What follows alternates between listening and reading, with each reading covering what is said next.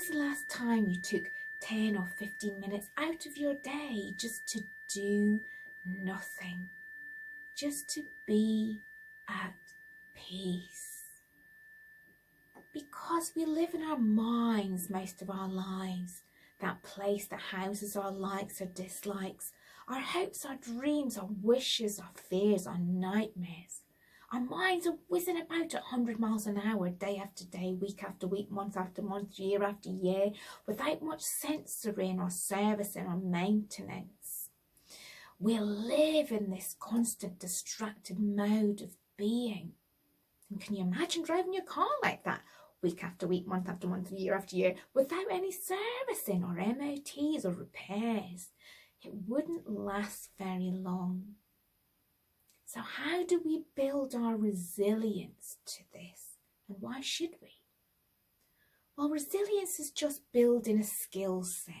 You know, when you learnt to read and write and play a sport, we started with the basics and then we built up over time and practiced to perfect our skills. Now take the emotions of fear and shame and guilt. What happens when they arise within us? We want to turn away from them, push and suppress them, because they cause us some pain and suffering. But if we continue to do that, though, they build up inside us until they toxify the whole system. And we're riddled with this self-doubt, this self-criticism and judgment of ourselves and others, until over time we're engulfed in the swamp of depression and anxiety and eating disorders and post-traumatic stress disorder.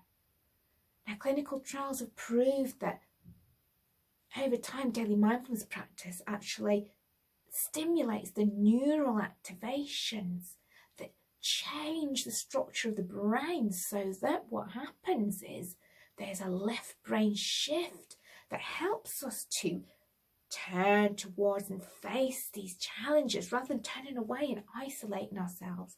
And that's really the essence of resilience.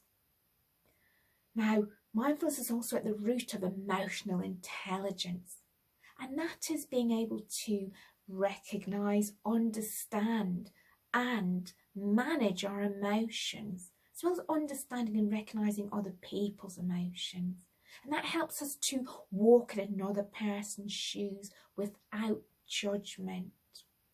And regular daily mindfulness practices and meditations also help us to cultivate the attitudes of compassion and loving kindness, which helps us to engender trust for ourselves and others.